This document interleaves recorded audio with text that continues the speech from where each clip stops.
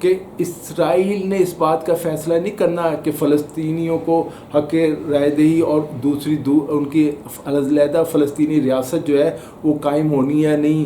یہ اسرائیل کا معاملہ نہیں ہے، اقوام متحدہ کا معاملہ ہے. اقوام متحدہ کی قراردادیں موجود ہیں، اقوام متحدہ کا چارٹر اس بات کی اجازت دیتا ہے کہ فلسطین ایک آزاد ریاست قائم ہو.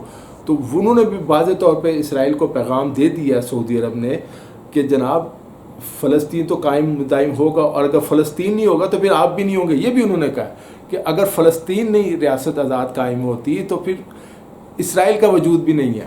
تو اب یہ ایک موقف ایران کا بھی موقف ہے، اب سعودی عرب بھی اس سے ملتا جلتا موقف اختیار کر رہا ہے، اور محمد بن سلمان اب ایران بھی جا رہے ہیں. تو یہ ایسا لگ رہا ہے کہ مڈل ایسٹ کی جو سیاست ہے اس میں امریکہ کا کردار جو اسرائیل کا جو رول ہے وہ آہستہ آہستہ کم ہوتا جائے گا، اور امریکہ کو بہت بڑا دھچکا لگے گا اگر محمد بن سلمان ایران جاتے ہیں، وہاں ان کے ساتھ معاہدے ہو جاتے ہیں. اور سب سے بڑی جو بات ہے جو کہا جا رہا تھا، جو مغربی میڈیا بہت زیادہ، ایران جی ایٹمی ہتھیار بنا رہا ہے تو اس لیے سعودی عرب جو وہ بھی ایٹمی ہتھیار بنا رہا ہے چونکہ اسے ایران سے خطرہ. لیکن ایرانی قیادت نے اب بالکل واضح کر دیا ہے کہ ایران کا جو ایٹمی ہتھیار ہے، جو پروگرام ہے، وہ کسی بھی مسلم ملک کے خلاف نہیں ہے، وہ صرف اپنے دفاع کے لیے اور اسرائیل کے خلاف ہے، امریکہ کے خلاف ہے. ان کی بالکل پالیسی واضح ہے.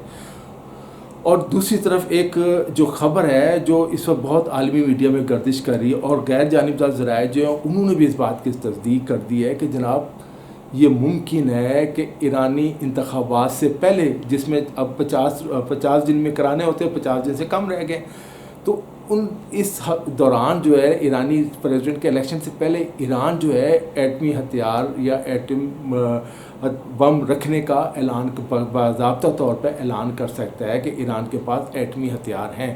اور مغربی ذرائع کا یہ کہنا ہے کہ ایران ایٹمی ہتھیار جو ہے بنانے کے، ایٹم بم بنانے کے بہت قریب پہنچ چکا ہے، اور صرف اب اس کا اعلان ہی باقی ہے. امریکی پالیسیز جو امریکہ جو جس پابندیاں لگا رہا تھا وہ سب ناکام ہو چکی ہیں.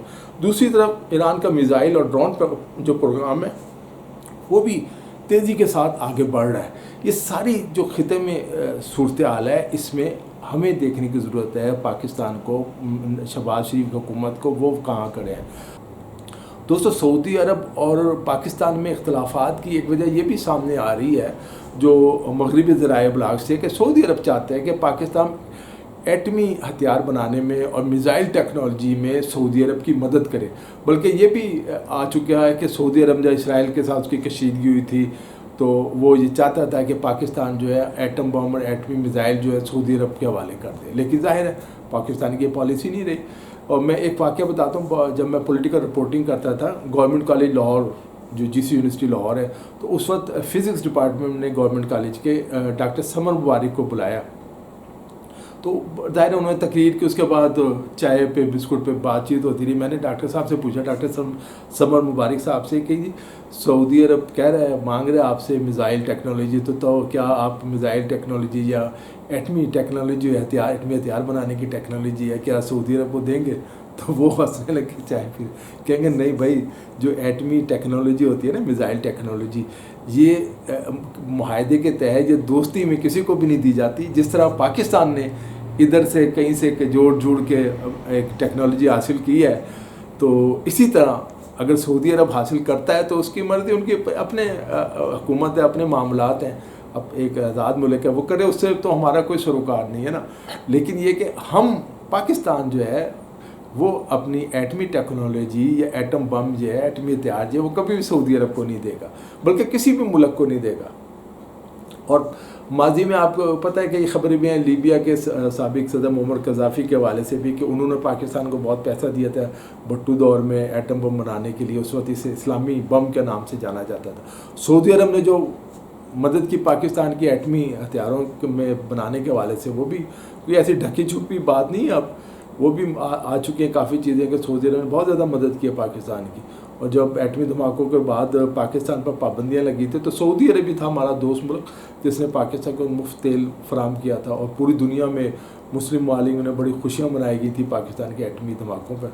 تو بہرحال اب اگر سعودی عرب اس بات سے ناراض ہے کہ پاکستان اس طرح مدد نہیں کر رہا، ایک چیز تو ہم جانتے ہیں کہ ماضی میں جب حوثیوں کے خلاف سعودی عرب نے پاکستانی فوج سے مدد مانگی تھی تو اس وقت حکومت نواز شریف کی تھی. نواز شریف نے قومی اسمبلی میں وہاں سے بھی یہ ہوا کہ جی قومی اسمبلی جو ہے پارلیمنٹ جو ہے اس نے اس کو مسترد کر دیا اور کہ پاکستانی فوج جو ہے کسی دوسرے ملک میں خاص کر یمن میں حوثیوں کے خلاف نہیں بھیجی جا سکتی. ظاہر ہے اس وقت کے سے پھر ایک تھوڑی سی دراڑ آ گئی دوستی میں اور دوریاں پیدا ہو گئی. اس کے بعد ہم نے دیکھا کہ سعودی عرب نے انڈیا کو بلایا OIC کے اجلاس میں.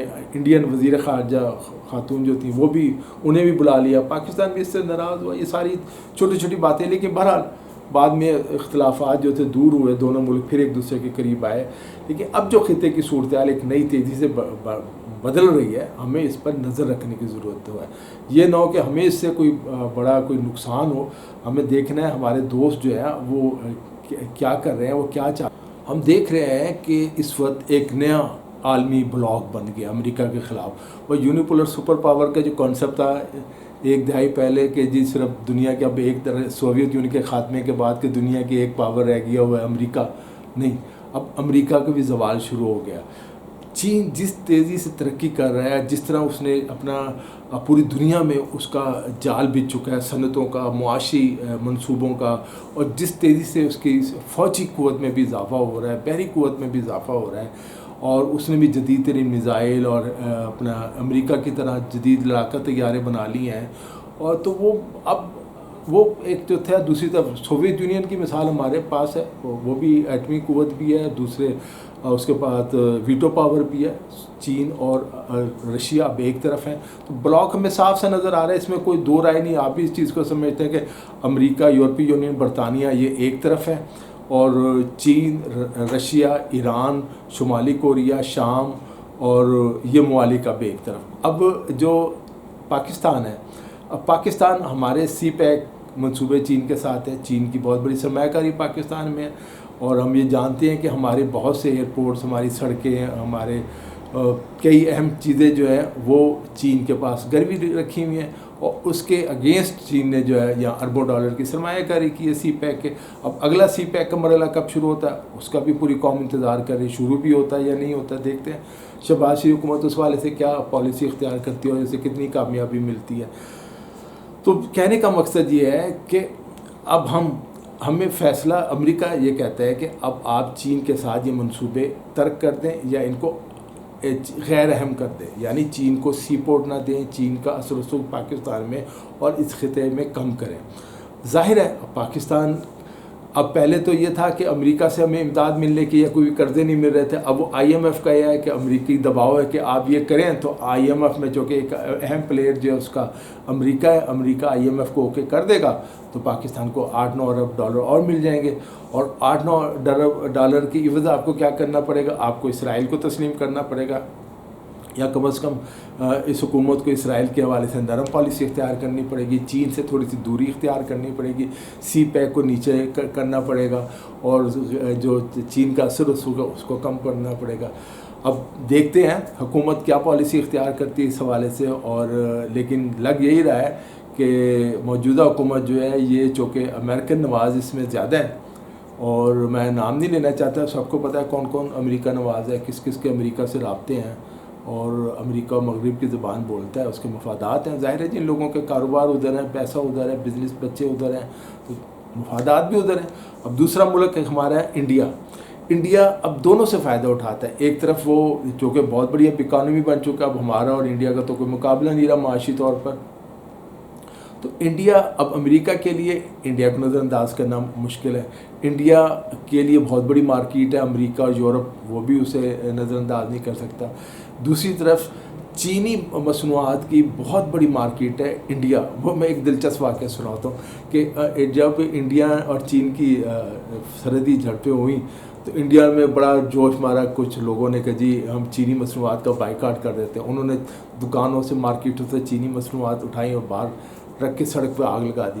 جب لگا دی تو بعد میں جب لوگوں نے پوچھا کہ چینی مصنوعات تو آپ نے جلا دی, بائیکاٹ کر دیا, لیکن اس کی جگہ جو یورپین اور امریکن مصنوعات ہیں اس کی قیمتیں اتنی زیادہ ہیں کہ آپ کو اربوں ڈالر کا اضافی بوجھ برداشت کرنا پڑے گا. ظاہر ہے سب مصنوعی تھا, تو 5 دن بعد, ہفتے بعد غصہ کم ہو گیا, تو اب پھر ساری چینی پروڈکٹس جو ہیں وہ انڈیا کی مارکیٹ میں موجود ہیں. ظاہر ہے 1.25 ارب کی آبادی ہے. چین کے لیے بہت بڑی آبادی ہے, اس کی مصنوعات وہاں بکتی ہیں, چین کے تجارتی یا کاروباری مفادات بھی ہیں. تو یہ سب چیزیں ایک دوسرے سے جڑی ہوئی ہیں. دوسری طرف رشیا اور انڈیا کے بھی بہت اچھے تعلقات, جس طرح رشیا اور چین کے اچھے تعلقات ہیں, رشیا اور انڈیا کے بھی اچھے تعلقات. ہم نے بھی کئی دفعہ کوشش کی ہے روس سے تعلقات بہتر بنانے کی, اور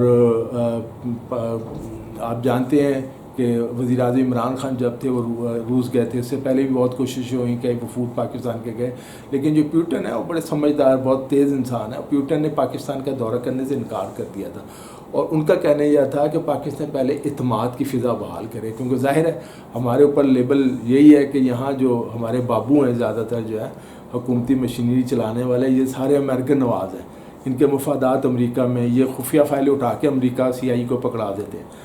تو یہ ایک جو ہے عدم اعتماد ہے روس کی طرف سے بھی, چین کی طرف سے بھی. چین کو بھی بعض آپ جانتے ہیں خبریں آئی ہیں ذرائع ابلاغ میں, اور مغربی میڈیا نے بھی انہیں بہت چھاپا ہے کہ CPEC کے حوالے سے جو معلومات چین چاہتا تھا کہ امریکہ اور مغرب تک نہ پہنچے, وہ ساری اس تک پہنچ گئیں, اور جس کے بعد تنقید کا سلسلہ بھی شروع ہو گیا. دوستوں بہت تفصیل سے بڑی لمبی چوڑی گفتگو پھر انشاءاللہ کسی اور ویڈیو میں ہوگی, لیکن آج آپ کو اس ویڈیو میں بتانے کا یہی مقصد ہے کہ خطے میں نئی گیم کھیلی جا رہی ہے. ہمارے جو پالیسی ساز ہیں ان کو ہوشیار رہنے کی ضرورت ہے. ہمیں بہت باریک بینی سے سارا صورتحال کا جائزہ لینا ہے, اور اس صورتحال سے, سیاسی اور صورتحال سے, اس جو بھی چیزیں بدل رہی ہیں اپنے آپ کو ان کے مطابق ڈھالنے کی ضرورت ہے, تاکہ ہم بھی اس جو گیم ہو رہی ہے اس خطے کی, اس سے ہمیں سیاسی فائدہ ہو, اور پاکستان کی جو معیشت ہے یہ مضبوط ہو. آج کے لیے اتنی, اپنا خیال رکھیے گا. علی جاوید نقوی کو اجازت دیجیے. خدا حافظ.